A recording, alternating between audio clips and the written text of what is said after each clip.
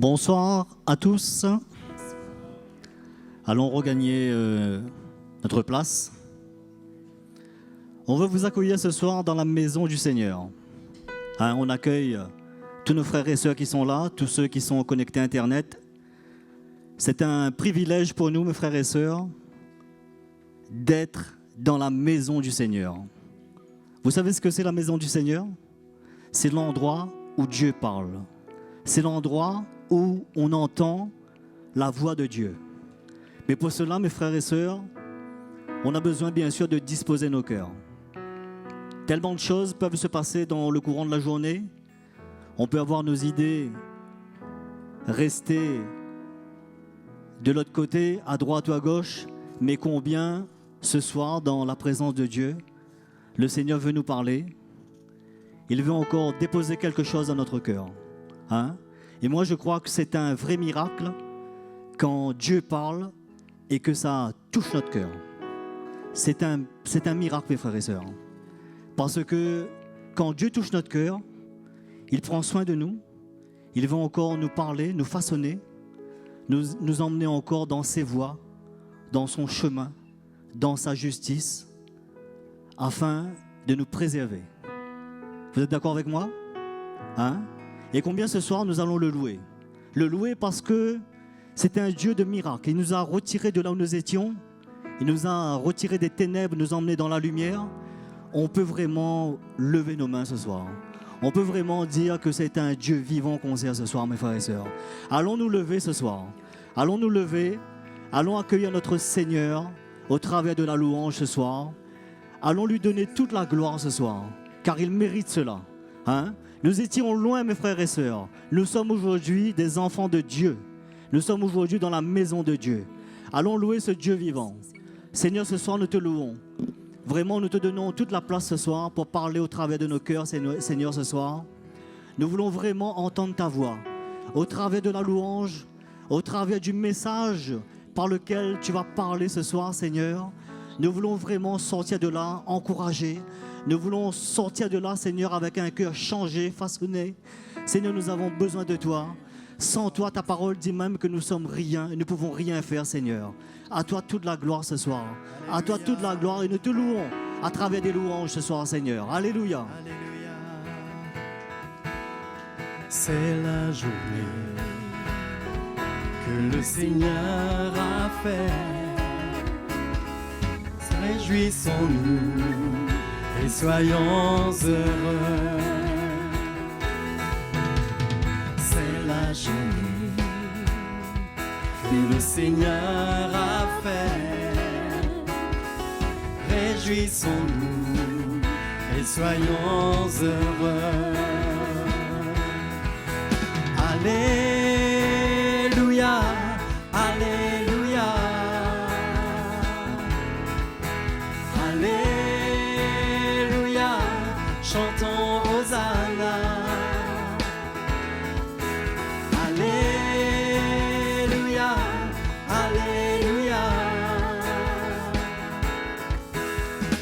Réjouissons-nous et soyons heureux.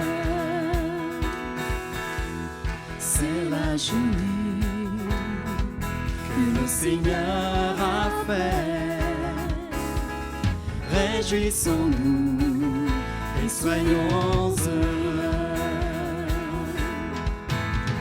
C'est la journée que le Seigneur a fait. Réjouissons-nous et soyons heureux. Alléluia, alléluia, alléluia. Alléluia, chantons Hosanna. Alléluia, alléluia. Réjouissons-nous et soyons heureux. C'est la journée que le Seigneur a fait. Réjouissons-nous et soyons heureux. journée que le Seigneur a fait. Réjouissons-nous et soyons heureux. Alléluia, Alléluia, Alléluia, Alléluia, chantons Hosanna.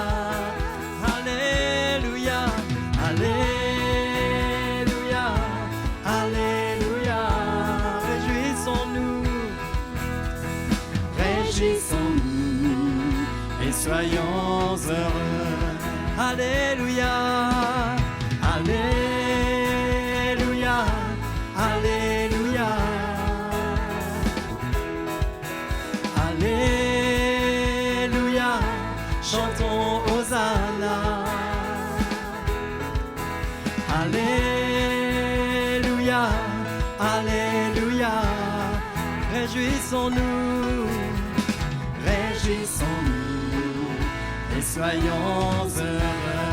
Réjouissons-nous, réjouissons-nous et soyons heureux. Réjouissons-nous, réjouissons-nous et soyons heureux. Alléluia. Oui, Seigneur, c'est bon d'être dans ta présence, Seigneur Jésus, avec ta famille, avec nos frères et sœurs. C'est bon d'être là, Seigneur, pour te célébrer. Alléluia, nous te louons ce soir, Seigneur. Alléluia, nous croyons vraiment que c'est la journée que tu as faite, Seigneur.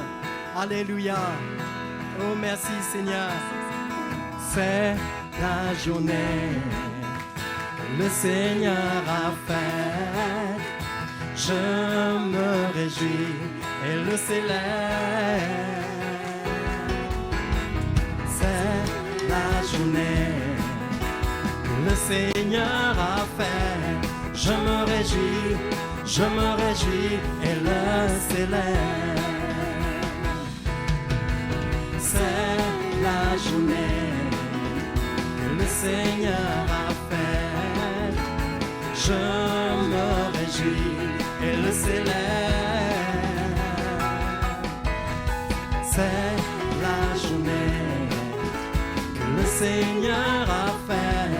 Je me réjouis et le célèbre. Il marche devant moi, à côté de moi. Il dit en moi, il est le berger de mon âme. Il est mon défenseur, mon libérateur. Sa miséricorde se renouvelle chaque jour. C'est la journée que le Seigneur a fait. Je me réjouis et le célèbre.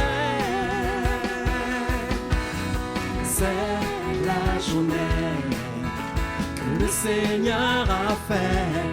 Je me réjouis et le célèbre. Il marche devant moi, il marche devant moi, à côté de moi. Il dit en moi, il est le berger de mon âme. Il est mon défenseur, mon libérateur. Sa miséricorde se renouvelle chaque jour. C'est la journée, c'est la journée que le Seigneur a fait. Je me réjouis et le célèbre. C'est la journée que le Seigneur a fait. Je me réjouis et le célèbre. C'est la journée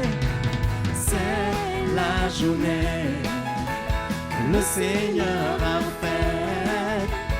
Je me réjouis et le célèbre. C'est la journée que le Seigneur a fait. Je me réjouis Je me réjouis et le célèbre. Je me réjouis, je me réjouis, je me réjouis et le célèbre. Je me réjouis, je me réjouis et le célèbre. Alléluia, Seigneur. Oui, Seigneur, je me réjouis en toi ce soir, mon Dieu. C'est tellement bon, Seigneur, d'être assemblés en ton nom, Jésus. Alléluia. Oh, merci, Seigneur. Merci, Jésus, pour ta présence. Merci, Seigneur. C'est tellement bon d'être dans ta présence, Seigneur. Alléluia. Merci, Seigneur, mon Dieu. Merci, Jésus. Alléluia. Alléluia. Que ton nom soit glorifié, Seigneur. Alléluia. Être un instrument pour toi, comme de l'argile entre tes mains. Être un instrument pour toi, comme de l'argile entre tes mains. Être un instrument. Être un instrument pour toi, comme de l'argile entre tes mains. Être un instrument pour toi, comme de l'argile entre tes mains. Me voici à nouveau devant toi. Me voici à nouveau brisé. Me voici à nouveau au pied de cette croix. J'abandonne ma vie entre tes mains. Alléluia. Être un instrument pour toi, comme de l'argile entre tes mains. Être un instrument pour toi, comme de l'argile entre tes mains. Être un instrument pour toi, comme de l'argile entre tes mains. Être un instrument pour toi, comme de l'argile entre tes mains. Me voici à nouveau devant toi. Me voici à nouveau brisé. Me voici à nouveau au pied de cette croix. J'abandonne ma vie entre tes mains. Me voici, Seigneur, me voici à nouveau devant toi. Me voici à nouveau brisé. Me voici à nouveau au pied de cette croix. J'abandonne ma vie entre tes mains. Me voici, Seigneur, me voici à nouveau devant toi. Oui, me voici à nouveau brisé. Me voici à nouveau au pied de cette croix. J'abandonne ma vie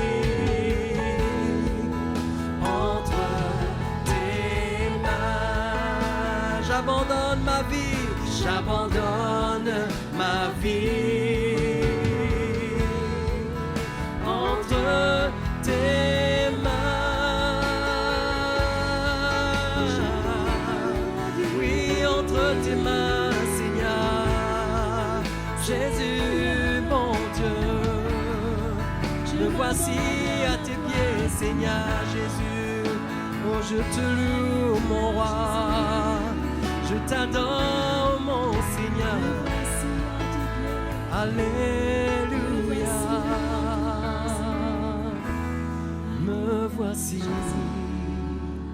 à nouveau devant toi. Me voici à nouveau brisé.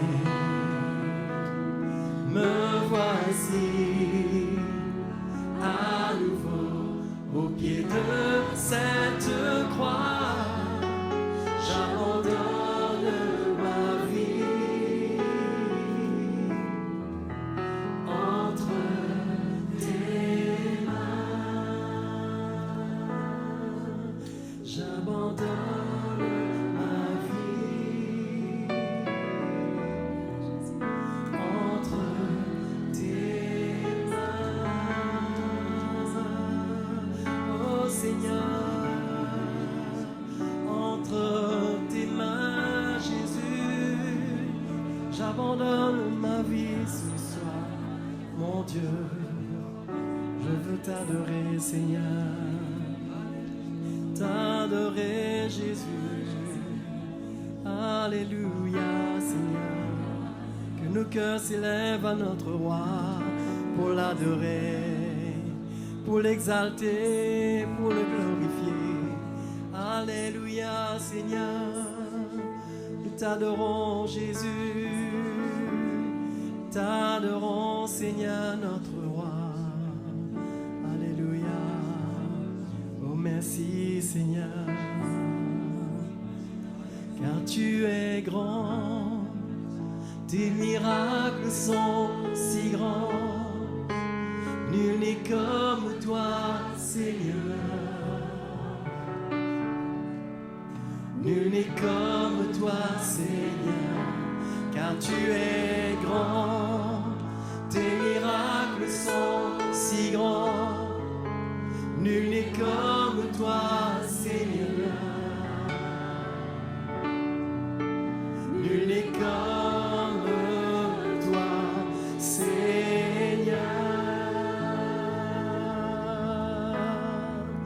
Alléluia, tu mérites la gloire.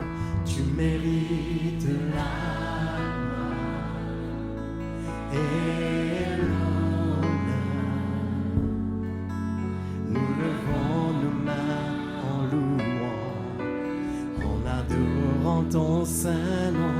Tu mérites la gloire et l'honneur.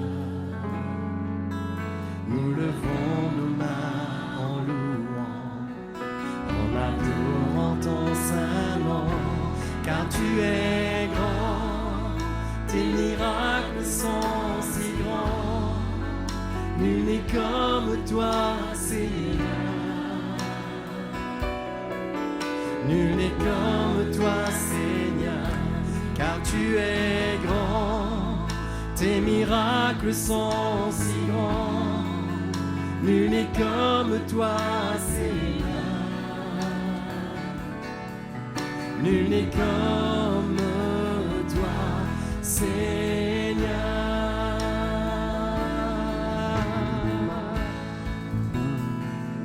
Tu mérites la gloire et l'honneur. Nous levons nos mains en louant, en adorant ton saint nom. Tu mérites la et l'honneur. Nous levons nos mains en louant, en adorant ton saint nom, car tu es grand, tes miracles sont si grands. Nul n'est comme toi, Seigneur. Nul n'est comme toi, Seigneur, car tu es grand. Tes miracles sont si grands. Nul n'est comme toi, Seigneur. Nul n'est comme toi, Seigneur, car tu es grand.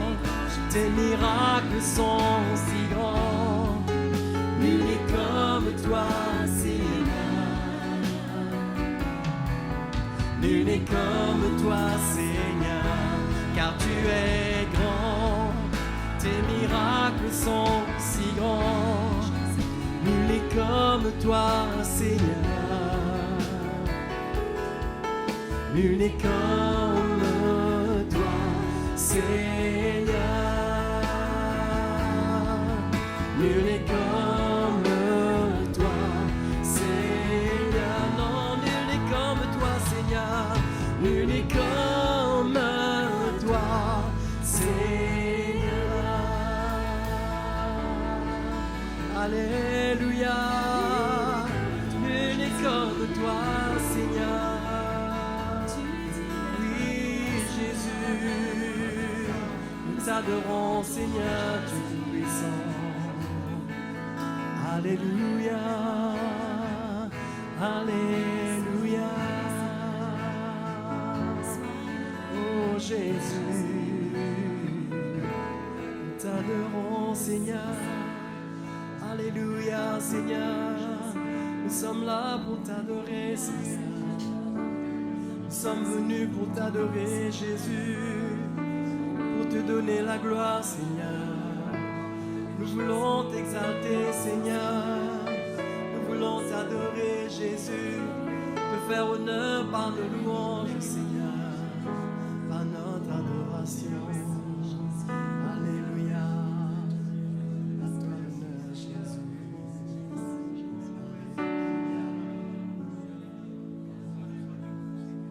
Adorons. Oui, nous t'adorons. Alléluia, allons le louer ce soir ensemble. Alléluia. Bénissons le nom du Seigneur. Oh, gloire à son nom, gloire à Jésus. Alléluia, sois béni, Seigneur. Alléluia, nous nous réjouissons dans ta présence. Notre Dieu, nous nous réjouissons. Oui, nous nous réjouissons. Alléluia. Oh, gloire à toi, Jésus. Gloire à ton nom, Jésus. Alléluia. Merci, Seigneur.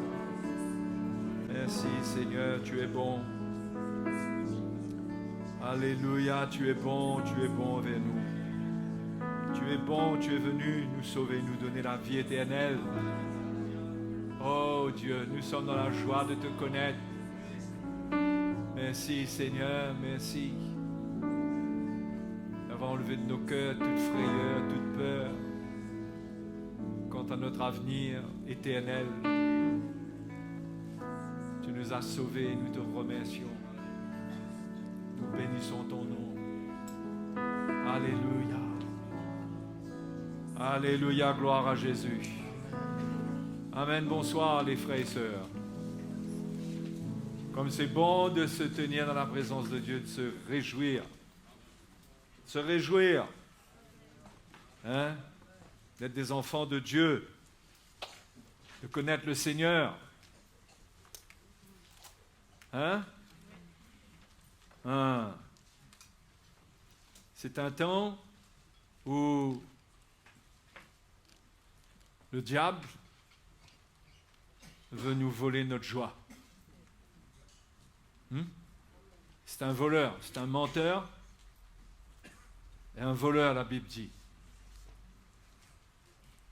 Et nous, notre vie ne dépend pas des circonstances terrestres. Nous sommes en Christ. Nous appartenons au Seigneur. Et notre état intérieur, notre état spirituel ne dépend pas des circonstances de cette vie. Si du moins, nous faisons ce que le Seigneur nous demande, nous obéissons à l'instruction de sa parole, nous allons voir que nous allons transporter un autre état que celui du monde. Hein? C'est une réalité, mes frères et sœurs. Peut-être que dans une certaine mesure, Dans le naturel, nous sommes dépendants des circonstances, oui, mais jamais intérieurement, jamais dans notre cœur. Si ce qui est dehors prend notre cœur, c'est que nous avons besoin de comprendre certaines choses. La Bible nous donne l'exemple de Paul dans le livre des Actes au chapitre 16. Par quelles circonstances ils étaient en train de passer. On va lire ensemble. Je veux tout simplement vous encourager ce soir. Vous encourager à être dans un esprit de victoire.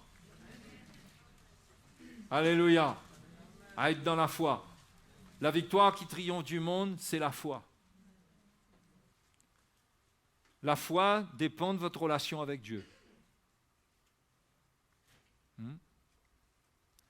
Et Paul et Silas avaient été annoncer l'évangile à Philippe et ils ont touché à l'œuvre de l'ennemi en délivrant cette servante dont les maîtres, elle avait un esprit de python, elle était devineur. Hein? Et ses maîtres gagnaient beaucoup d'argent, et lorsqu'elle a été délivrée, parce que Paul a chassé l'esprit qui l'animait, il y a eu un mouvement de persécution. Un mouvement de persécution. Au chapitre 16, au verset 22, la Bible dit « La foule se souleva aussi contre eux. Et les prêteurs, ayant fait arracher leurs vêtements, ordonnèrent qu'on les batte de verge. » Quelle circonstance! Après qu'on les eut chargés de coups, ils les jetèrent en prison, en recommandant au geôlier de les garder sûrement. Le geôlier, ayant reçu cet ordre, les jeta dans la prison intérieure et leur mit les ceps aux pieds. Verset 25. Vers le milieu de la nuit, Paul et Silas étaient plongés dans la dépression, se demandant ce qui leur arrivait alors qu'ils avaient fait du bien à cette femme et l'avaient délivrée. Pourquoi cette situation se retournait contre eux? Et ils passaient la nuit à méditer sur cette circonstance. Et la dépression était grande. Paul et Silas se parlaient l'un à l'autre découragés. Ils ne voyaient pas d'issue à cette circonstance, sinon qu'ils allaient encore être battus et encore être battus. Et ils se demandaient même quelque part s'ils allaient continuer le ministère.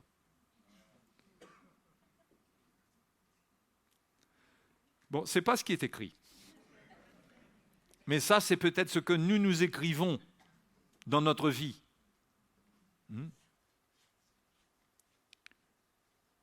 Réalisez que c'était le milieu de la nuit, vers le milieu de la nuit. Paul et Silas priaient et chantaient les louanges de Dieu. Et les prisonniers les entendaient.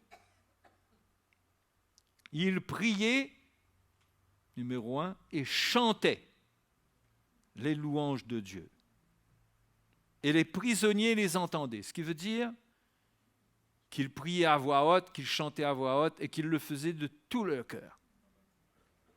De telle sorte que c'était entendu dans toute la prison. Ça s'est passé vers le milieu de la nuit. Normalement, sans avoir été battus dans le milieu de la nuit, on est fatigué. Mais eux, ils avaient été battus et vers le milieu de la nuit, ils étaient en train de prier et chanter. Ils n'ont pas laissé cette circonstance devenir une occasion de dépression pour eux. Ils n'ont pas laissé ça prendre leur âme, les décourager. Mais ils priaient et ils chantaient les louanges.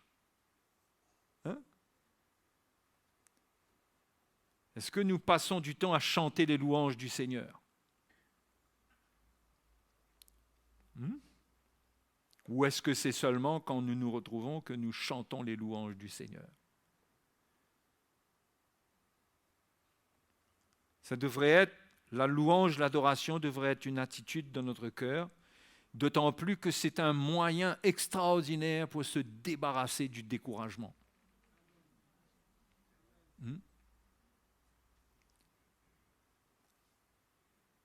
Dans l'épître de Pierre, au chapitre 5, 1 Pierre chapitre 5,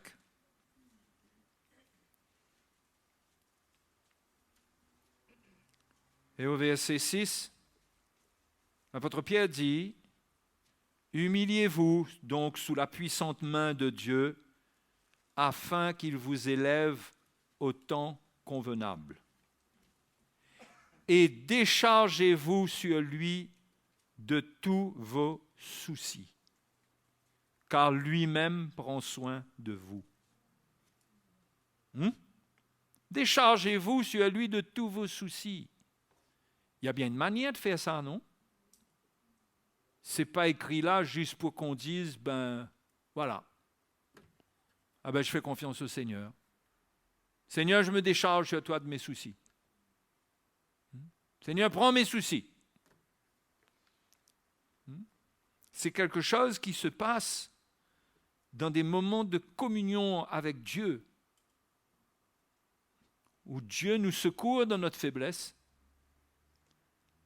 et il enlève ce qui écrase notre âme, ce qui nous écrase.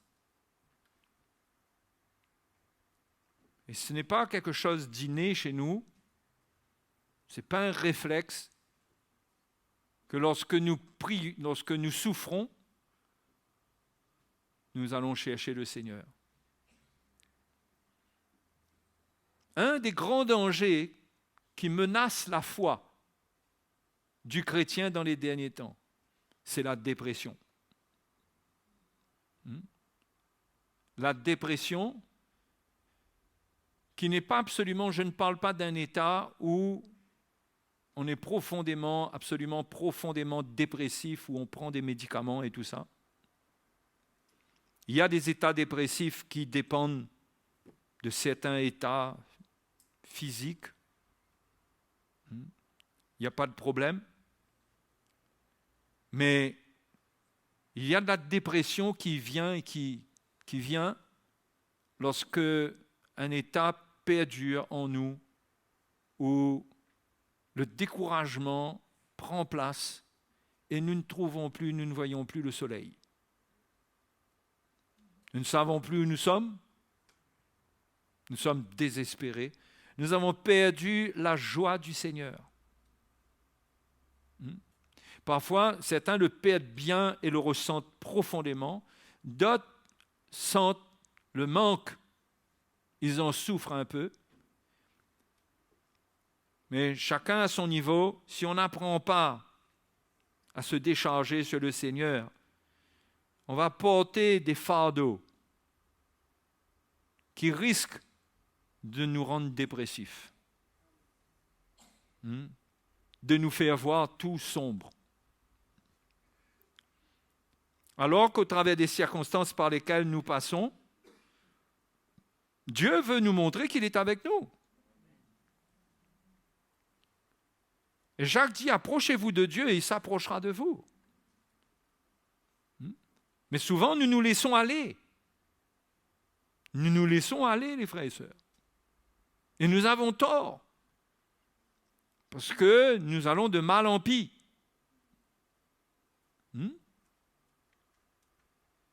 Et il nous faut apprendre à vivre avec l'Évangile dans notre relation avec Dieu, dans une relation avec Dieu où nous ne laissons pas le découragement s'installer. L'Épître aux Hébreux nous exhorte de cette manière. L'Épître aux Hébreux au chapitre 12.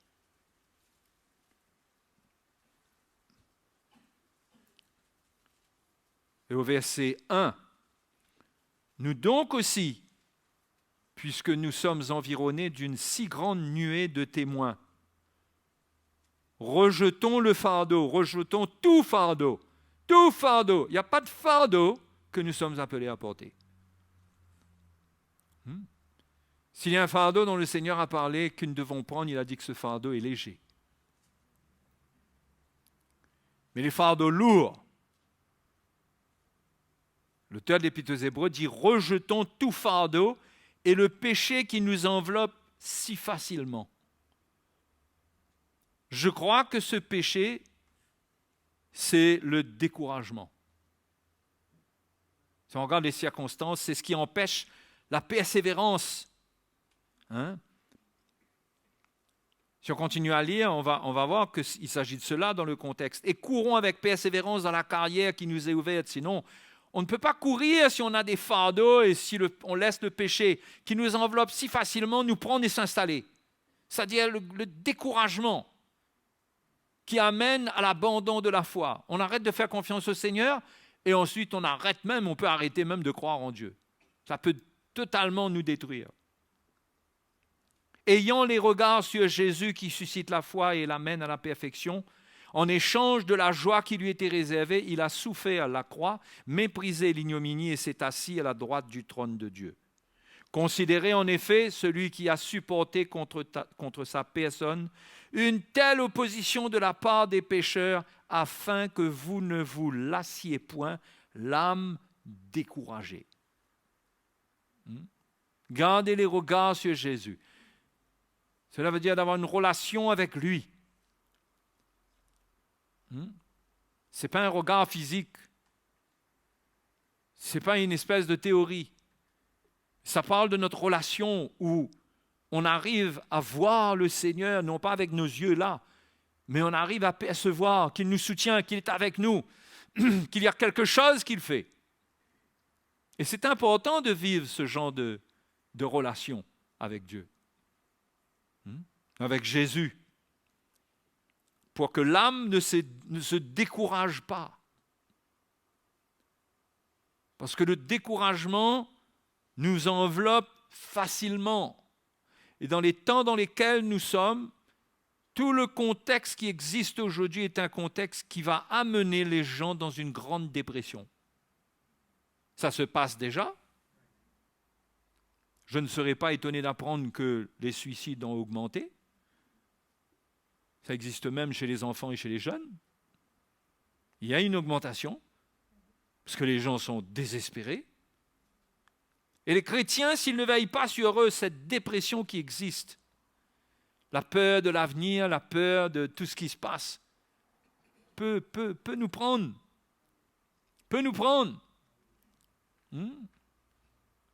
Alors que le Seigneur nous a dit de ne pas craindre, parce qu'il a vaincu. Il ne transporte pas la peur des circonstances. Il a vaincu, il est allé mourir. Il a vaincu toute la peur de la mort, des souffrances. Il est ressuscité. Il a une victoire partagée avec nous quand nous venons vers lui. Il est notre souverain sacrificateur qui nous secourt dans nos faiblesses. Il peut nous enlever notre frayeur, enlever tout ce qui nous anime, qui est négatif, qui est sombre, qui nous empêche de servir à Dieu. Vous savez, pour Paul et Silas, ce n'était pas une technique, mais c'était quelque chose qui était en eux. Ils connaissaient Dieu. Ils savaient ce qu'ils avaient à faire. Ils savaient qu'ils avaient besoin de Dieu. Ils savaient comment le chercher. Ils savaient comment ne pas laisser la dépression, le découragement dominer sur eux. Ils savaient. Et ils louaient le Seigneur. Ils rejetaient tout fardeau. Ils rejetaient le péché qui les enveloppait si facilement, qui aurait pu les envelopper si facilement. Le découragement. Ils ont rejeté ça en louant le Seigneur. Ils n'ont pas accepté la menace des circonstances, mais ils sont allés dans le refuge de Dieu en priant, en louant le Seigneur, pour ressentir qu'en Dieu, il y a quelque chose d'autre. Il n'y a pas tout ce bazar-là. En Dieu, il y a un doux murmure, il y a un calme. C'est comme Élie, vous vous souvenez d'Élie? Quand il a fui, parce qu'il a eu peur de Jézabel, Il est allé devant la caverne, il est allé devant Dieu, et Dieu s'est révélé à lui à un certain moment, pas dans le feu, pas dans le vent, pas dans le tremblement de terre. Il y a eu des manifestations, la Bible dit à la fin, dans un doux murmure. Ça, c'est notre Dieu. Hein? C'est pourquoi quand l'Église veut organiser presque des tremblements de terre par la musique, toutes sortes de manifestations, croyant que là, Dieu siège au milieu des louanges de son peuple. C'est vrai, Dieu siège au milieu des louanges de son peuple. Mais nous avons besoin de cette communion douce et tendre avec le Seigneur. Et bien sûr, nous devons louer le Seigneur. Ne pas accepter, mais réagir. Réagir en louant Dieu. Malheureusement, le chrétien a tendance à encaisser, à vouloir prendre sa croix, et il croit qu'encaisser, essayer de prendre sa croix, c'est être dans un état où on subit. Non, quand on prend notre croix, on loue le Seigneur, hein? On prie, on loue le Seigneur, on n'encaisse pas tout seul comme ça, on encaisse avec sa grâce. On endure avec sa grâce. Et sa grâce, il faut la ressentir en lui, dans une communion avec lui.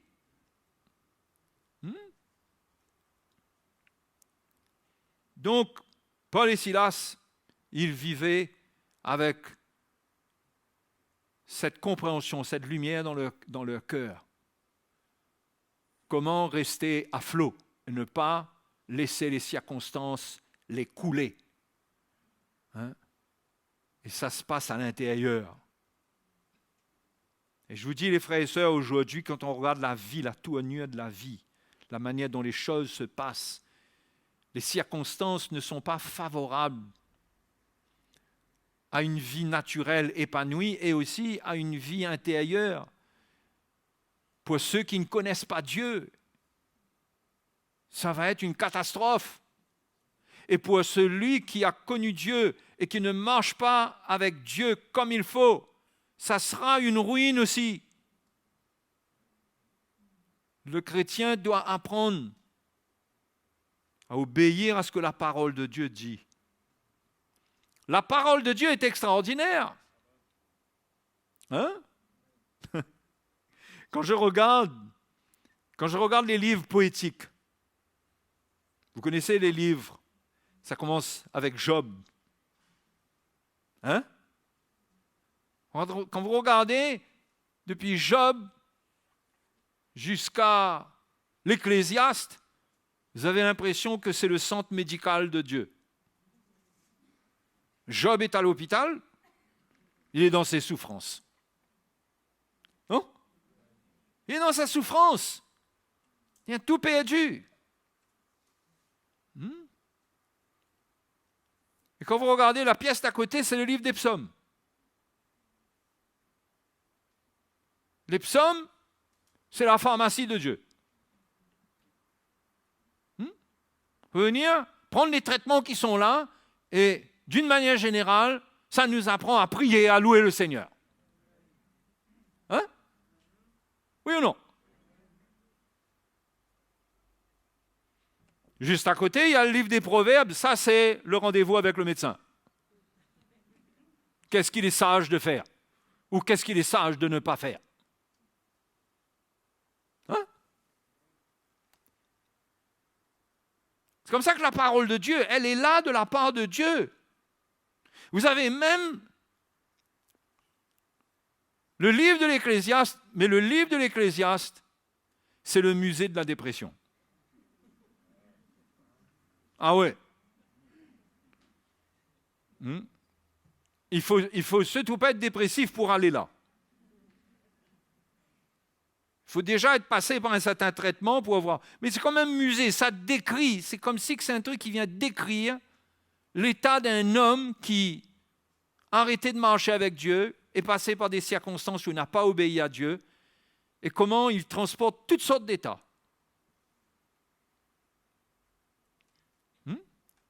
Ça, c'est l'Ecclésiaste. Et quand vous sortez de cet hôpital-là, vous avez Cantique des Cantiques, où l'époux recherche l'épouse, l'épouse recherche l'époux. C'est la fête. Mais le livre des psaumes est placé à côté du livre de Job. Pour nous montrer que, à côté de la souffrance, parce que Job lui-même a donné l'exemple, Job lui-même avait une attitude de reconnaissance, même lorsqu'il avait tout perdu et que sa femme lui disait de maudire Dieu. Il a dit, mais l'Éternel a ôté, l'Éternel a donné, que son nom, que l'Éternel soit béni. Il a ôté, que l'Éternel soit béni. Il a refusé tout ce qui était négatif sur Dieu. Douter de Dieu. Il n'a pas remis en question tous ses sacrifices, tout ce qu'il a fait, et que malgré tout ce qu'il avait fait, c'est comme s'il a ses Paul, c'est avant le Seigneur et on se retrouve dans une circonstance malheureuse. Job n'a rien regretté. Et ce qui lui est arrivé, il l'a accepté. Mais on voit l'attitude d'un homme qui rejette le fardeau, qui rejette tout ce qui va le priver de sa communion avec Dieu. Et à côté, vous avez le livre des psaumes écrit en majorité par David, qui est un homme qui est passé par des circonstances terribles, qui a souffert pratiquement toute sa vie pour l'appel de Dieu. Et à cause de cela, Dieu l'a utilisé pour écrire les psaumes, pour décrire son état, pour montrer comment il trouvait la victoire, comment il souffrait. Lui-même, il était souvent dans la dépression. Lui-même, il vivait cette attaque, cet état. Et si vous regardez le psaume 103, ça va tout le monde?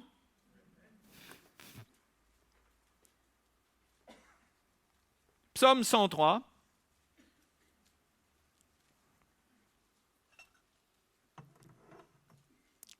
Psaume 103, ce livre se trouve dans le livre des psaumes.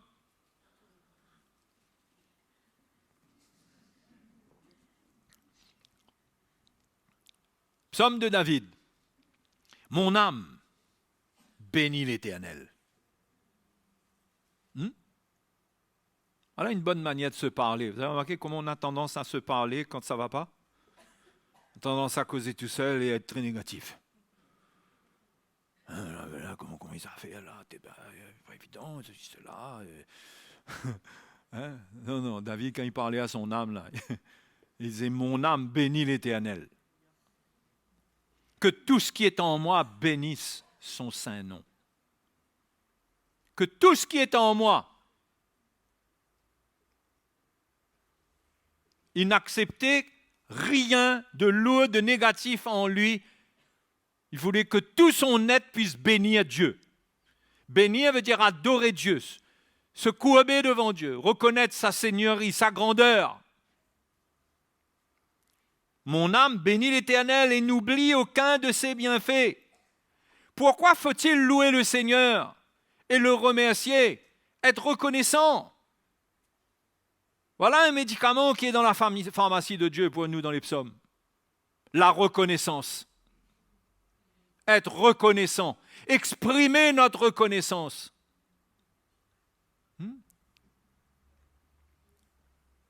Moi, je vous dis, très souvent, je ne sais pas si il y a l'expression d'une vraie reconnaissance chez les chrétiens aujourd'hui. Une vraie reconnaissance. Si on ne surveille pas, la religion est sur nous. Il n'y a qu'à nous écouter quand on rend grâce pour un repas. Parfois, c'est devenu un truc qu'on dit, quoi. Mais la reconnaissance, remercier Dieu, lui être reconnaissant, c'est important parce que la reconnaissance repousse les plaintes et les murmures. Ça repousse cet état qui crée des plaintes et des murmures. Cet état où l'on est triste, où l'on a cumulé les circonstances, les blessures, et on est prisonnier. Mais voilà un médicament pour nous, la louange, béni à Dieu. Et n'oublie aucun de ses bienfaits. On oublie vite, on n'est plus reconnaissant. Parce qu'on est dans une situation difficile, on ne peut plus louer Dieu. C'est là qu'il faut louer Dieu pour ne pas laisser la circonstance difficile se traduire en découragement et en dépression. C'est là qu'il faut réagir dans la foi et se tenir devant Dieu et proclamer sa grandeur et le remercier pour tout ce qu'il a fait et même pour ce qui se passe là, actuellement. Parce que ce Dieu-là ne change pas parce que la circonstance a changé. Il est le même.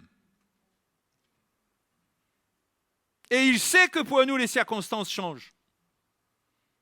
Parce qu'on est dans un monde fait de circonstances, animé par des circonstances qui sont instables. Et si notre vie se base sur les circonstances, nous sommes déçus. Nous croyons que, et finalement, ce n'est pas ça. Nous nous attendons, nous croyons que ça s'améliore, et finalement, ce n'est pas comme ça. Comment notre cœur doit s'enraciner en Christ. Le reconnaître. Être reconnaissant envers le Seigneur. Être reconnaissant. En étant reconnaissant, on n'oublie aucun de ses bienfaits. On n'oublie pas le bienfaiteur, celui qui nous fait du bien, celui qui l'est pour nous. Et on goûte à sa bonté, on goûte à sa grâce. Et le poids des fardeaux tombe parce que ce qui est spirituel dans les circonstances, le poids qui vient peser tombe. Pourquoi Pierre dit déchargez-vous sur lui. C'est enlever le poids. C'est que le poids doit sortir. C'est un miracle. Ce n'est pas une séance chez un thérapeute. Ce n'est pas simplement parler à quelqu'un et que ça soulage. C'est se décharger. Rester bien malgré la circonstance.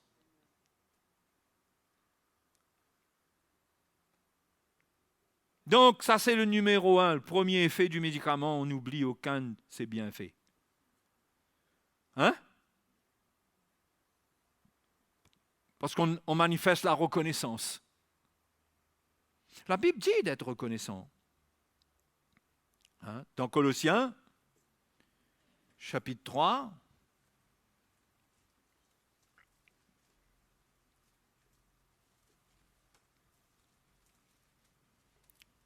et le verset 15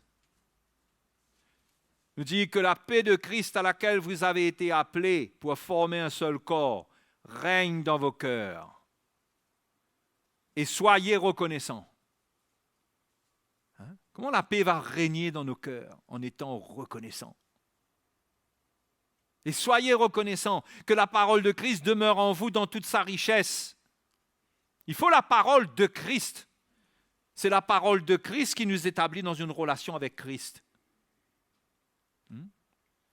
Et que la parole de Christ demeure en vous dans toute sa richesse. Instruisez-vous et exhortez-vous les uns les autres en toute sagesse, par des psaumes, par des hymnes, par des cantiques spirituels, chantant à Dieu dans vos cœurs en vertu de la grâce.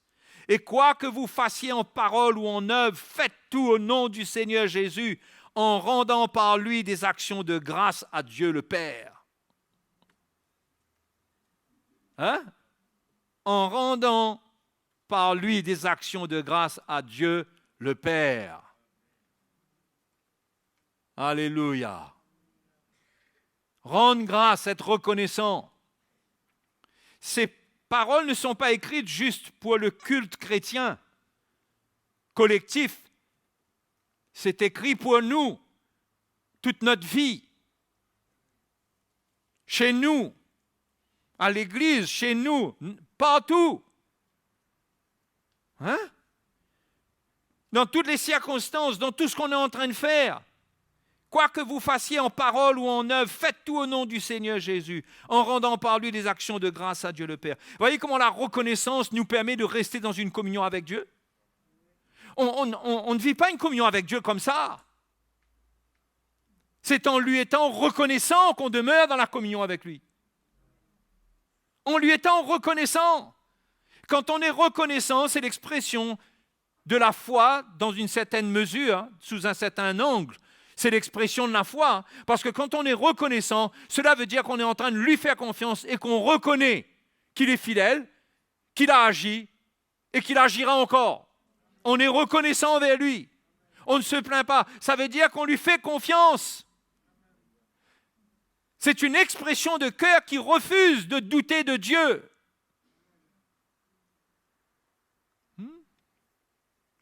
Mais ce n'est pas chanter pour chanter. C'est un cœur qui est reconnaissant et qui loue le Seigneur. C'est un médicament pour l'âme. C'est le premier antidépresseur.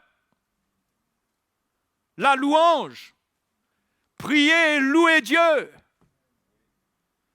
Permettre à son âme de chanter. Si elle ne chante pas dans les circonstances de souffrance, elle va se plaindre. Et David la reprend. David lui dit, mon âme bénit l'Éternel. Et que tout ce qui est en moi bénisse son saint nom. Mon âme bénit l'Éternel. N'oublie aucun de ses bienfaits. Reste tranquille.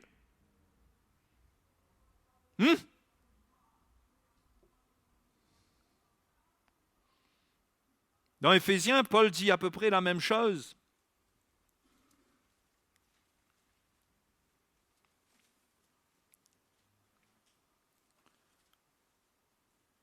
Paul dit, prenez donc garde au verset 15, au chapitre 5. Prenez donc garde afin de vous conduire avec circonspection, non comme des insensés, mais comme des sages. Rachetez le temps, car les jours sont mauvais. Parce que le temps, ce n'est pas juste les minutes, c'est les circonstances attachées au temps. C'est tout ce qui se passe avec le temps. Attention que ça vienne prendre notre vie. Rachetez le temps, car les jours sont mauvais. C'est pourquoi ne soyez pas inconsidérés, mais comprenez quelle est la volonté du Seigneur. Comprenez. Ne vous enivrez pas de vin, c'est de la débauche. Soyez au contraire remplis de l'esprit. Comment on va être rempli de l'esprit ? Entretenez-vous par des psaumes, par des hymnes, par des cantiques spirituels, chantant et célébrant de tout votre cœur les louanges du Seigneur. Hein? C'est écrit là pour nous, c'est pour qui ça?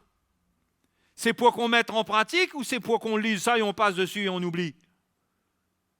C'est à mettre en pratique ça. C'est pas technique, mais c'est à mettre en pratique. Ça devrait être là dans notre cœur et on doit comprendre qu'on ne va pas se laisser abattre, mais on va aller chercher le Seigneur et on va le louer. Le célébrer de tout notre cœur, parce que quand vous célébrez le Seigneur de tout votre cœur, vous rejetez tous les toxines.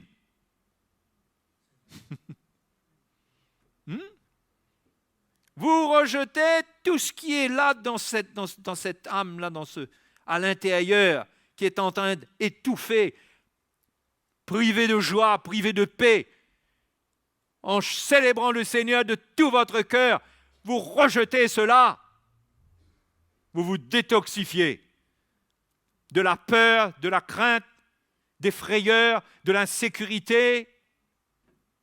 Hein? Il faut le faire. Rendez continuellement grâce à Dieu le Père pour toutes choses, encore une fois. Au nom de notre Seigneur Jésus-Christ, vous soumettant les uns aux autres dans la crainte de Christ. Soumettant les uns aux autres, ensuite il parle du foyer, la femme, etc., le mari, les enfants. Mais là, Paul encourageait les chrétiens de Colosse et d'Éphèse à célébrer le Seigneur, à avoir des moments devant Dieu pour le célébrer. Où c'est cette chambre qui est fermée où on entend derrière la louange? Hein? Cette pièce où on se retrouve, tout seul ou avec quelqu'un ou quoi, où on loue le Seigneur. Où sont ces moments? Hein? On néglige, on ne rachète pas le temps. C'est comme ça qu'on rachète le temps. On ne laisse pas l'effet du temps déposer en nous les circonstances, l'effet négatif des circonstances. On rachète le temps. On ne laisse pas le fardeau s'installer. On ne laisse pas le découragement s'installer. On reste vivant avec le Seigneur. On le loue, on le remercie. Ce n'est pas juste une action de grâce à table.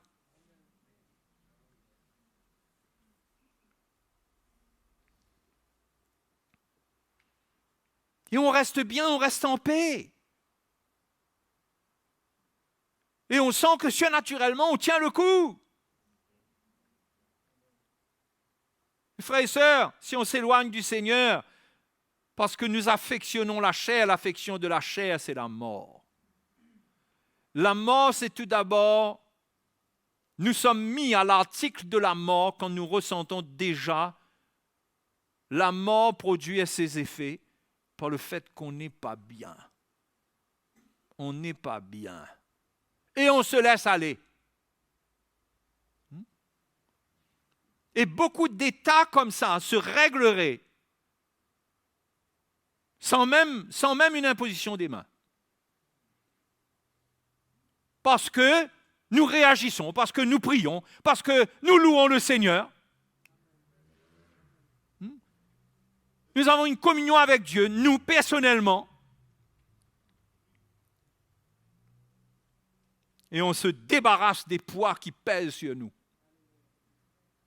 en louant le Seigneur. Parce que quand on loue le Seigneur, mes frères et mes sœurs, la louange et l'adoration, c'est quelque chose d'extraordinaire que Dieu nous a donné.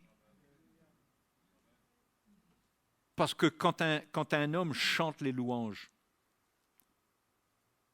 je ne sais pas comment expliquer cela, je pourrais essayer d'expliquer sans être précis. Parce qu'il n'y a pas de laboratoire pour décrire ce qui se passe. Mais quand on loue le Seigneur, on a des vibrations intérieures qui glorifient Dieu. Il y a quelque chose en nous, quand on chante une louange, la mélodie, ce chant-là qu'on amène devant Dieu, ça nous permet de nous réjouir. Hein? Et la Bible dit, dans le livre des Proverbes, un cœur joyeux est un bon remède. Ça, c'est chez le docteur Proverbe, vous allez trouver ça. Et c'est à la pharmacie des psaumes que vous allez acheter ça. Un cœur joyeux est un bon remède. Loue le Seigneur. Loue le Seigneur.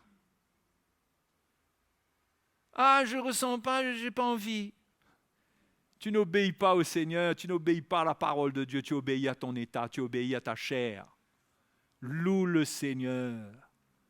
Fais partie à ça, parce que c'est le moyen que Dieu donne de faire partie à cette affaire-là. Et ça produit une guérison. Ça produit une guérison. Ésaïe chapitre 57, verset 14.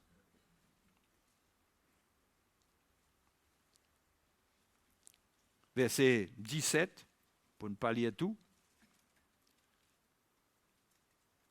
Avant cela, le Seigneur dit qu'il ne veut pas regarder les âmes tombées en défaillance au verset 16.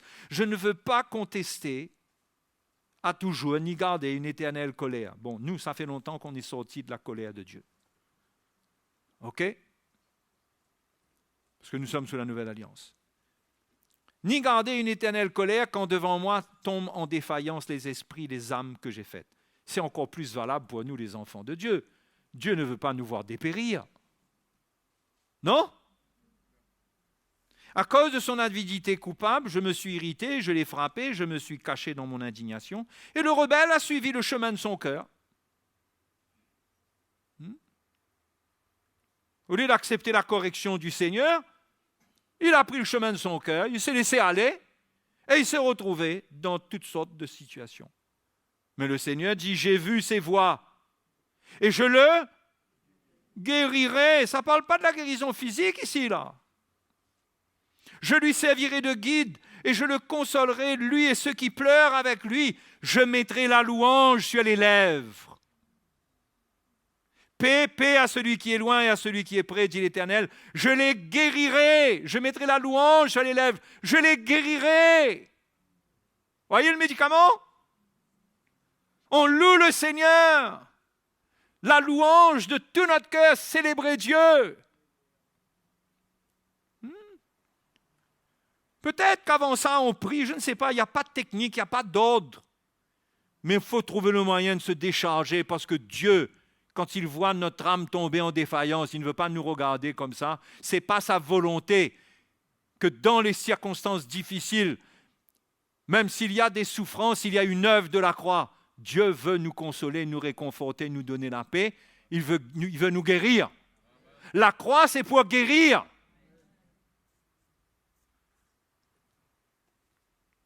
La Bible dit Dieu blesse, mais il guérit.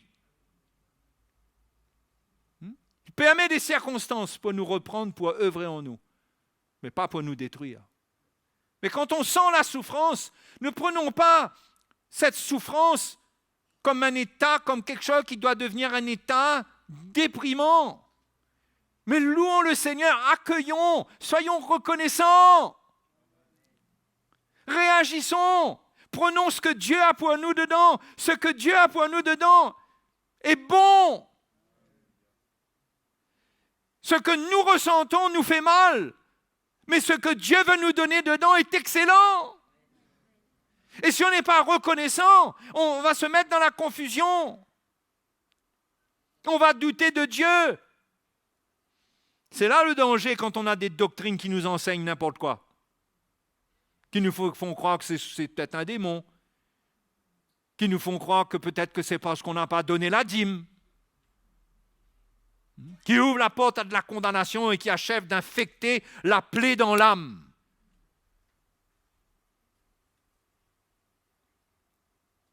Mais ça, c'est les promesses du Seigneur. Je le consolerai, lui et ceux qui pleurent avec lui. Je mettrai la louange sur les lèvres. Frères et sœurs, où est cette louange? Parfois, là même à l'église, on loue le Seigneur. Il y a des chrétiens qui sont là, qui écoutent, qui chantent à peine. Louez le Seigneur de tout votre cœur. Réagissez. Quand on est là, ça devrait faire du bruit. Non? C'est pas sonore, c'est pas technique. Mais c'est parce que le cœur du chrétien doit vibrer pour Dieu de reconnaissance. Le problème, c'est que souvent, il y a une forme de dépression qui est là, qui a créé une attitude résignée, où on croit que la vie chrétienne, le meilleur visage, le visage le plus spirituel qu'on peut montrer, c'est le visage de quelqu'un de brisé. C'est le cœur qui doit être brisé, ce n'est pas ton visage. Ton visage doit briller. Tu comprends?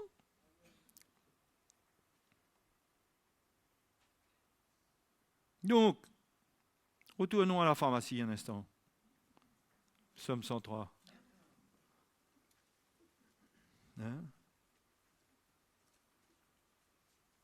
Mon âme bénit l'Éternel, verset 2, et n'oublie aucun de ses bienfaits. On est OK, on est reconnaissant. On le remercie. Merci Seigneur. Si on passe à table, il y a un avocat coupé entre 4, on remercie le Seigneur pour l'avocat. Ça peut arriver. Il peut y avoir des circonstances comme ça. Mais on ne dit pas, ça c'est un avocat, et puis on pluche ça, on coupe comme ça, on donne chacun à manger, on remercie le Seigneur. Merci Seigneur pour les circonstances qui nous forment. Parce qu'il y a des vitamines plus importantes que Dieu a communiquées à notre cœur que les vitamines que la nourriture communique.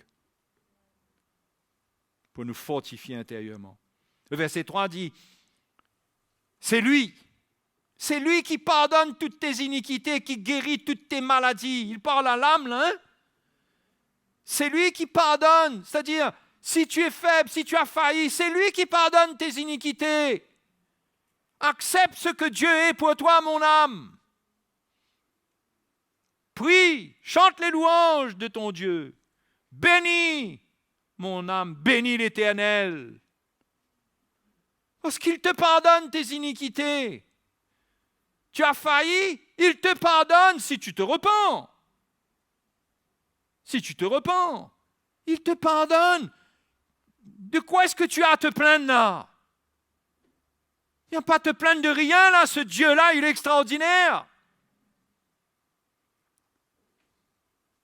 C'est pas qu'il est d'accord avec le péché, mais il connaît ta souffrance si tu es tombé. Il sait ce qui s'est passé avec toi. Mais qu'est-ce qu'il veut, lui? On a lu dans Ésaïe 57. Qu'est-ce qu'il veut, lui? Il dit, quand je vois les âmes que j'ai faites tomber en défaillance, quand je vois mes enfants nés de nouveau tomber en défaillance, est-ce que je veux les laisser comme ça?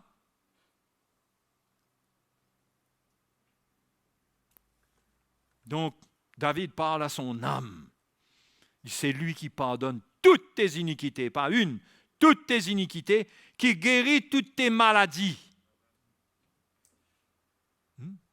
Parce qu'il faut le pardon pour guérir des choses à l'intérieur. Le pardon qu'on reçoit de Dieu et le pardon qu'on doit donner de la part de Dieu. Pour guérir des maladies intérieures. C'est de ça qu'on parle, là. On ne parle pas de maladies physiques, là. C'est lui qui pardonne. Donc, accepte son pardon, crois en son pardon. Comment tu vas croire en son pardon? Parce que quand tu vas prier, tu vas venir dans une relation qui est vraie. Tu vas sentir, tu vas savoir ça. Quand tu vas sortir de là, tu n'auras plus le poids du péché qui pèse sur toi. Ça en sera fini. Tu vas savoir que Dieu t'a pardonné, que c'est fini. Alléluia. Et tu ne seras pas pressé de retourner dedans, hein? Parce que ça fait mal.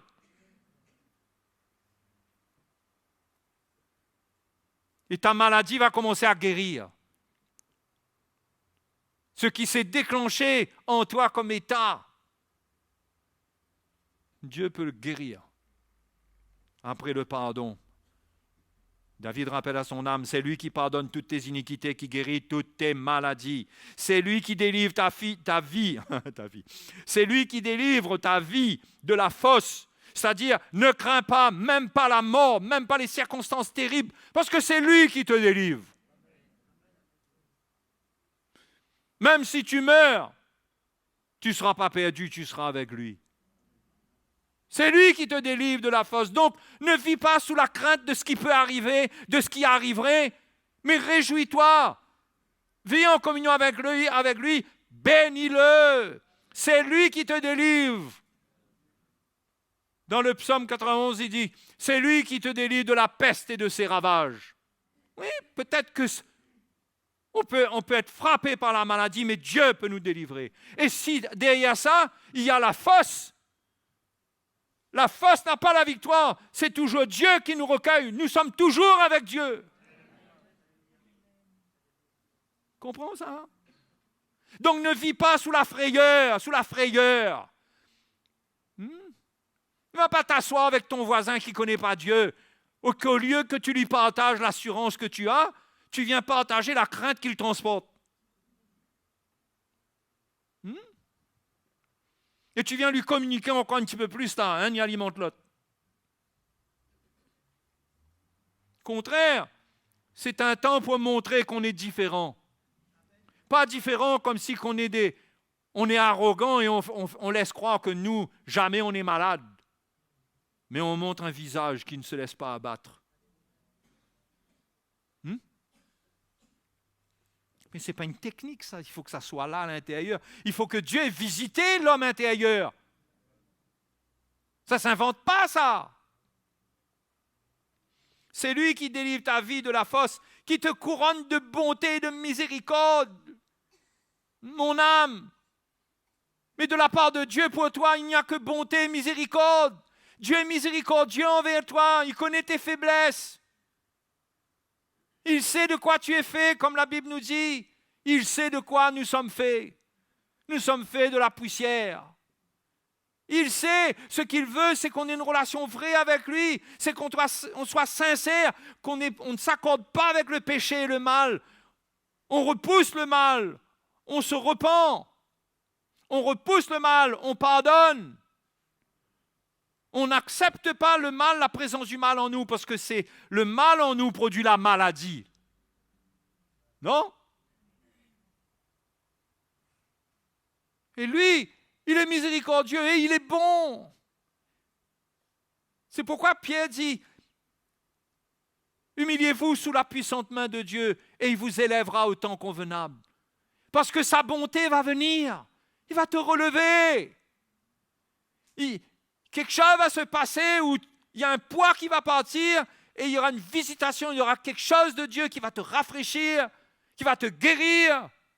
Le Seigneur va te couronner de bonté et de miséricorde. Couronner, cela veut dire que cette bonté et cette miséricorde, ça va te permettre de régner dans la vie. C'est ça qu'une couronne fait. Tu vas surmonter ce qui se passe. Et pour les aînés, c'est lui, verset 5, qui rassasie de bien ta vieillesse, qui te fait rajeunir comme l'aigle. Ne croyez pas que ça parle du corps ici, parce que le corps, il va vieillir même lui. Si vous priez pour ne pas vieillir, alors là, vous êtes sur un mauvais chemin. Il parle de son âme. C'est lui qui te rassasie de bien, qui rassasie de bien ta vieillesse, pendant que ton corps va vieillir et que le chiffre de l'âge va augmenter. Mais au-dedans de toi, tu seras enrichi. Il y aura des biens spirituels, il y aura de la maturité, il y aura une joie, il y aura une paix pour aller, à un moment ou à un autre, à la rencontre du Seigneur. Hein? Il rassasie de bien ta vieillesse. Vous voyez? Quand on est vieux, Dieu veut nous rassasier de bien.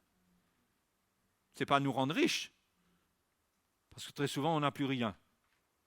Parfois, on a déjà donné aux enfants, pour ceux qui en avaient. Mais on est rassasié de bien de la part de Dieu. Il nous fait du bien. Vous voyez comment on doit vieillir dans le Seigneur? Oh! Vous n'aimez pas le mot vieillir. Bon. Vous voyez comment on prend de l'âge? Il faut bien accepter, mes frères et mes sœurs. On va finir par ne pas comprendre pourquoi on est fatigué quand on prend de l'âge.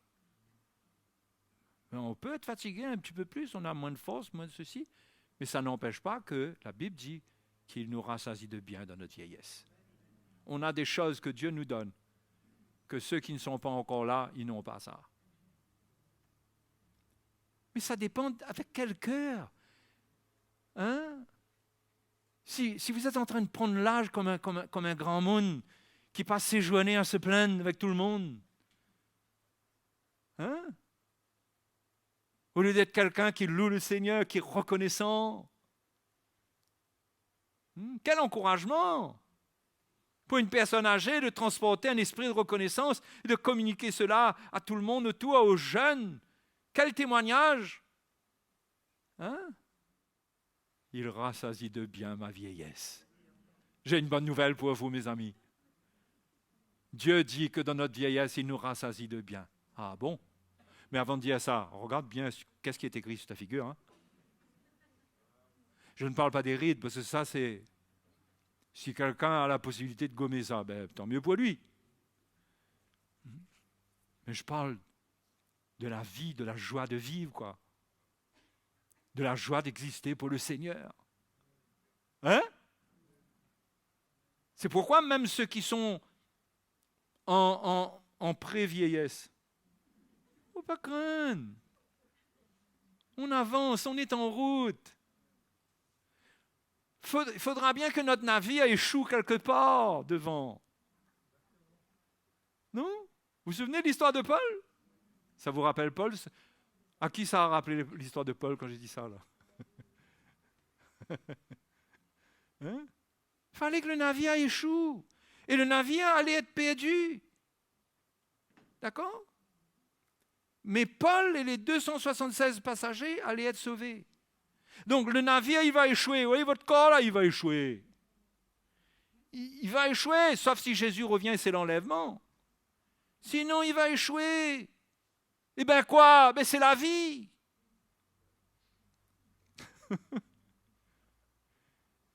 Il doit échouer sur le rivage de la mort. Il doit échouer un jour. Et alors, on va s'inquiéter de ça? Ou bien on va servir le Seigneur, on va garder la joie. On va faire briller la lumière.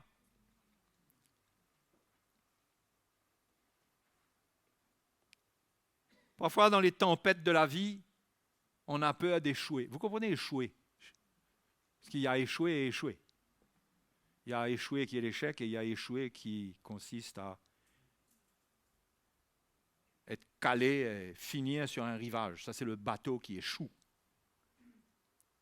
On a peur d'échouer. On est pris dans la tempête. Quand vous êtes pris dans la tempête, la meilleure chose qui peut vous arriver, c'est d'échouer quelque part et que vous ayez la vie sauve. Et parfois, c'est pour notre bien.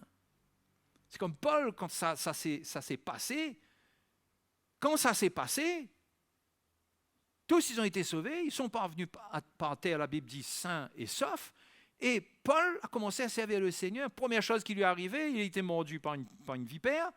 Les barbares qui étaient là ont vu qu'il restait en vie, ils étaient étonnés. Finalement, Paul a commencé à guérir le père de Publius qui était sur l'île. Il a commencé à avoir des miracles et tous les gens malades qui sont venus ont été guéris. Il ne faut pas avoir peur d'échouer quelque part.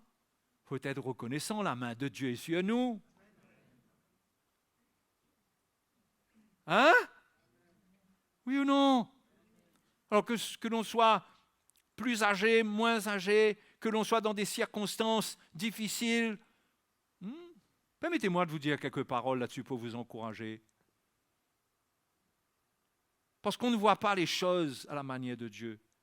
C'est pourquoi il faut louer le Seigneur, s'approcher de lui, le prier, pour saisir quelque chose dans son cœur qui nous rassure, qui nous montre qu'il est en contrôle. Paul, dans la tempête, sûrement qu'il priait, et l'ange est venu. L'ange lui a donné une parole extraordinaire. Quand vous êtes dans la tempête, vous pouvez vous laisser aller et vous plaindre et laisser le navire aller comme il veut, ou bien vous pouvez être dans la foi.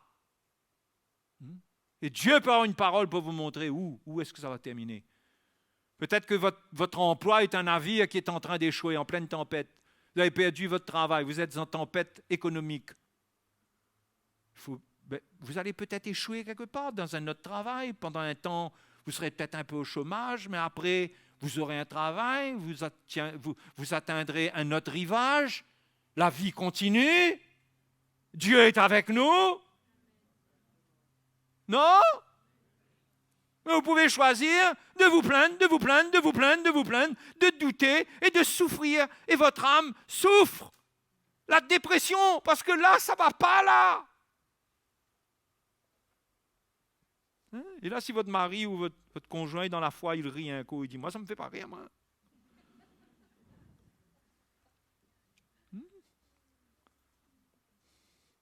Il faut accepter d'échouer quelque part et être dans la reconnaissance. Donc, les frères et sœurs qui sont aînés dans le Seigneur, soyez dans un esprit de reconnaissance. Mûrissez bien. Portez la vie du Seigneur. C'est lui qui rassasie de bien ta vieillesse, qui te couronne de bonté et de miséricorde avant, et ensuite qui te fait rajeunir comme l'aigle. C'est-à-dire tu es prêt pour partir là, d'accord? Il rajeunit comme l'aigle. L'aigle est prêt à...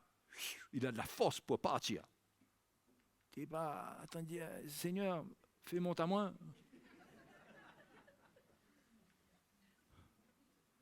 Il rajeunit comme l'aigle au-dedans de lui. Il est prêt pour son envol. Alléluia.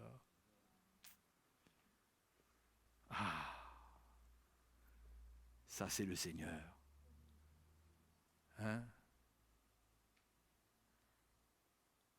Restez dans la foi dans les circonstances difficiles. Parce qu'il y aura pas mal de tempêtes, et pas mal de navires, notre embarcation va être secouée. Mais Dieu nous amènera là où il a prévu pour faire du bien à des gens, comme Paul. Comme Paul, Dieu l'a conduit là où il y avait des gens qui étaient dans le besoin. Parfois on arrive, on ne comprend pas ce qui nous arrive aujourd'hui, on perd notre travail, on atterrit dans notre travail, finalement on réalise pourquoi on est arrivé dans ce travail-là. Hein? Parce qu'il y a des gens qui sont là, qui sont dans le besoin. Notre temps était fini de l'autre côté, maintenant c'est là. Nous sommes des serviteurs de Dieu, nous sommes en mission. Non? Il y a des gens, leur navire, leur petite embarcation, leur corps est arrivé sur un lit à l'hôpital. Se sont retrouvés au milieu d'autres malades à qui ils ont parlé du Seigneur. Ils ont échoué à l'hôpital, mais ils n'ont pas échoué. Vous comprenez? Ils ont servi le Seigneur et ils ont compris, comme Paul, ben c'est pour ça que Dieu nous a amenés là alors. C'est pour le père de Publius. C'est pour tous les malades qui sont là. Dieu voulait les bénir. Dieu voulait que cette île chante. Parce que les prophètes parlent des îles qui chantent, qui louent Dieu. Dieu voulait faire chanter l'île. A envoyé Paul les guérir, mettre la louange sur leurs lèvres. Ça, c'est sûr qu'ils ont célébré le Seigneur. Ben, nous aussi, nous sommes conduits dans les circonstances. Parfois, nous passons un chemin. L'un, il atterrit à l'hôpital. Du quoi un chrétien arrive à l'hôpital? Ben, si Dieu doit l'envoyer à l'hôpital et qu'il ne peut pas entrer, faire une visite, ben, le Seigneur va l'envoyer peut-être sur le lit. Mais il est en mission. Mes frères et mes sœurs, nous sommes en mission dans ce monde. Notre vie n'est pas à nous. C'est pourquoi nous devons être reconnaissants et nous devons tous les jours être prêts à le servir et nous dire, mais pourquoi est-ce que ça m'arrive, Seigneur? S'il te plaît, Seigneur, utilise-moi dans ce moment. Parce que ce n'est pas pour rien. Alléluia. Ce n'est jamais pour rien. Mais si on est malade à l'intérieur, on ne pourra rien faire. Hein? On ne pourra rien faire. On va subir, et on aura raté. On ratera Publius. Publius, c'était le gars là dont le papa était malade. On va rater. Non, sinon c'était le malade. Enfin bref. Mes frères et sœurs, il faut garder un esprit de reconnaissance pour avoir les yeux ouverts. Hein? Être bien, être prêt.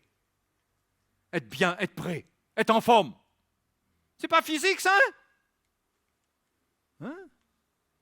On va dire, Seigneur, rajeunis-moi comme l'aigle, coude devant la glace pour regarder. Non. Non. C'est un état intérieur. Non, mes frères et mes sœurs, allons apprendre, allons louer le Seigneur. Moi, je vous ai déjà dit, j'ai compté aujourd'hui, on a plus de 21 vidéos enregistrées avec la louange. Si vous avez accès à Facebook, mettez-les, chantez, louez le Seigneur avec. Faites votre culte chez vous, mettez la musique assez fort, fermez les yeux, vous aurez l'impression que vous êtes à l'église. Louez le Seigneur, glorifiez le Seigneur, débarrassez-vous de tous ces trucs. Il y a tellement de mauvaises nouvelles qui circulent. Si vous n'arrivez pas à gérer les mauvaises nouvelles, arrêtez de les écouter. Ok? Mais si vous pouvez écouter, il n'y a pas de problème. Mais vous devez ressentir que vous ne coulez pas. Amen. Ok? Il y a de l'espoir? Mais il y a plus que de l'espoir pour nous, mes frères et mes sœurs. Mais notre Dieu est sur le trône. La première chose qu'il regarde avant de regarder les étoiles, il nous regarde, nous, ses enfants. Dieu ne se lève pas le matin en premier, préoccupé par sa création seulement. Mais nous sommes le premier, numéro 1 dans la création de Dieu. Nous sommes ses enfants. Si nous le cherchons, nous le trouverons. Approchez-vous de Dieu et il s'approchera de vous. C'est écrit, c'est pas écrit. Et il s'approchera de vous. Mais si tu veux rester dans ton coin, comme Calimero, et faire pitié sous ta coquille, ta demi-coquille d'œuf, et te plaindre, libre à toi. Mais c'est dommage pour toi, parce que jusqu'à ce que tu ailles vers le Seigneur, tu vas être malheureux comme ça toute ta vie. Loue le Seigneur, trouve le bonheur qu'il y a d'être rempli de l'Esprit. Hein? Amen. Allons nous lever, allons louer le Seigneur. Alléluia. Gloire à Jésus. Vous êtes chargés ce soir? Vous êtes chargés, allons louer le Seigneur, allons l'adorer, nous décharger sur lui. Chanter des paroles qui sont vraies pour nous. Nous chantons qu'il est le Seigneur. Nous chantons qu'il est celui qui fait des miracles. Ces miracles sont si grands. C'est tellement vrai. N'oublions pas ses bienfaits. Il nous a tirés du monde. Il nous a tirés de notre misère noire. Il nous a mis au milieu des grands de son royaume. Un jour, nous serons à table avec Abraham, Moïse, Noé. Nous les verrons. Hein? Il nous a tirés de notre trou, notre petit trou dans lequel nous étions perdus. Laissons rien venir nous étouffer, mais louons le Seigneur. Alléluia. Oh, gloire à Jésus. Heureux, heureux celui qui arrive à louer le Seigneur de tout son cœur, qui ne se laisse pas intimider par la vie, qui ne se laisse pas intimider par les circonstances, qui ne laisse rien étouffer la louange qui est due à Dieu, mais qui s'exprime, qui loue le Seigneur. Alléluia. Alléluia. Oh, gloire à Dieu. Gloire à Dieu, gloire à Dieu dans les cieux. Gloire à ce Dieu qui vit en nous par le Saint-Esprit. Gloire à Dieu. Alléluia. Oh, alléluia. Alléluia. Jésus, relève ton peuple. Relève tes enfants, Seigneur. Pardonne. Guéris, délivre. Rajeunis l'âme de ton peuple. Oui, Seigneur. Alléluia. Jésus, Louerai l'Éternel de tout mon cœur. Je raconterai toutes ses merveilles. Je chanterai son nom. Je louerai l'Éternel de tout mon cœur. Je ferai de toi le sujet de ma joie. Alléluia.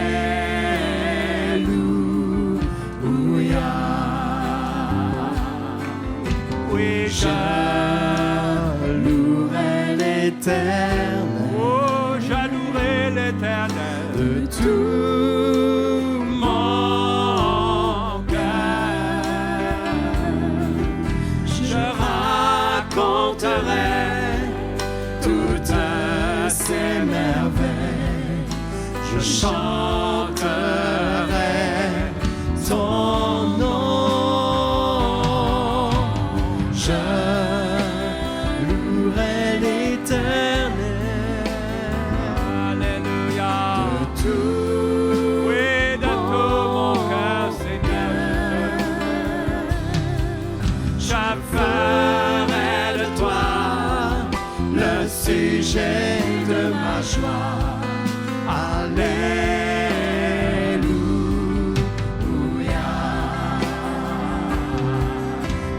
Je louerai l'Éternel. Alors louez le Seigneur. Alors levez nos mains vers lui.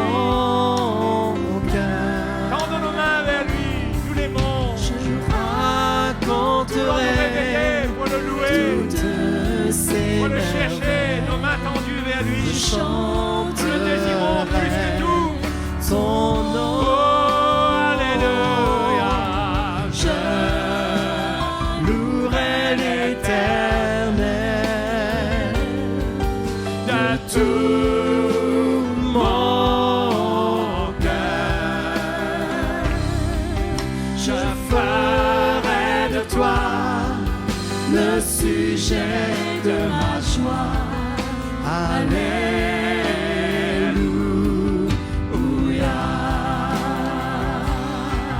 Je ferai de toi le sujet de ma joie. Alléluia.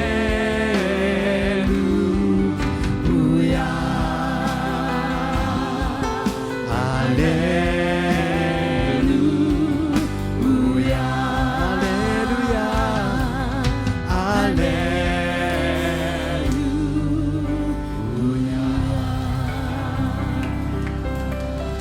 Alléluia. Alléluia. Nous l'adorons. Alléluia. Merci Seigneur. La louange et l'adoration, c'est l'expression de tout notre être. C'est pourquoi on lève les mains vers le Seigneur. Quand on loue le Seigneur, on tape des mains, hein, et on se tient devant lui. On lui offre un culte de reconnaissance. On le célèbre parce qu'il prend soin de nous, parce qu'il est fidèle. Prendre soin de nous, ne mettez pas dans la balance les circonstances. Le soin de Dieu va au-delà des circonstances et peut faire partie de son soin, les circonstances. Il y a des choses importantes que Dieu doit faire dans notre vie pour que nous tenions ferme à la fin des temps. Ce n'est pas dans du coton doux que nous allons être formés. Mais Dieu va permettre des chemins parfois difficiles pour nous former. Mais louons-le. Ne perdons pas la communion avec lui, l'expression de reconnaissance. Quand nous venons là, ici, dans la présence de Dieu, venons pour louer le Seigneur. Hein? Ne laissons pas ce gros paquet lourd là rester là. C'est l'occasion, quand on est ensemble, de nous décharger. Alléluia. Hein? On ne doit pas attendre ça. On doit avoir nos moments personnels avec le Seigneur. Hein? Donc, frères et sœurs, j'espère que ça vous encourage. Pas juste vous encourager sur le moment comme ça, mais vous encourage à aller chercher le Seigneur, à aller le louer. Hein? Il y avait un temps où moi je connaissais des jeunes qui se levaient de bon matin. Il y a eu un temps, un très longtemps de cela, j'étais chez une famille chrétienne et il y avait cette jeune fille qui se levait le matin, qui allait dehors dans la cour, à l'arrière de la cour, et qui priait, qui louait le Seigneur, qui louait le Seigneur. Ça la remplissait. Je sentais que ça la remplissait du Saint-Esprit. Aujourd'hui, il y a une espèce, je ne sais pas comment définir ce qui se passe, une espèce de pudeur, une espèce de... Ferme ta porte ou va dans ton salon, ou je ne sais pas moi, mais loue le Seigneur. Si tu joues d'un instrument, prends ton instrument, loue le Seigneur. Alléluia. Et tu me donneras des nouvelles.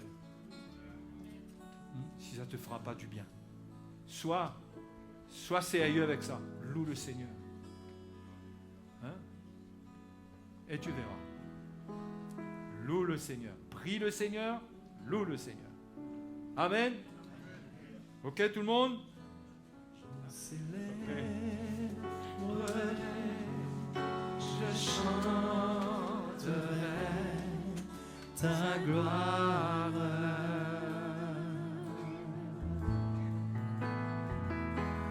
Car ton immense amour s'élève jusqu'aux nues. Ta fidélité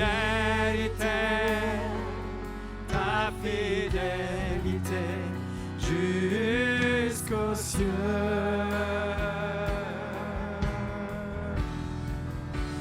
Seigneur, élève-toi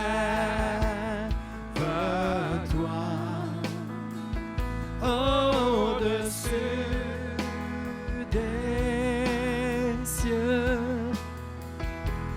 Que ta gloire remplisse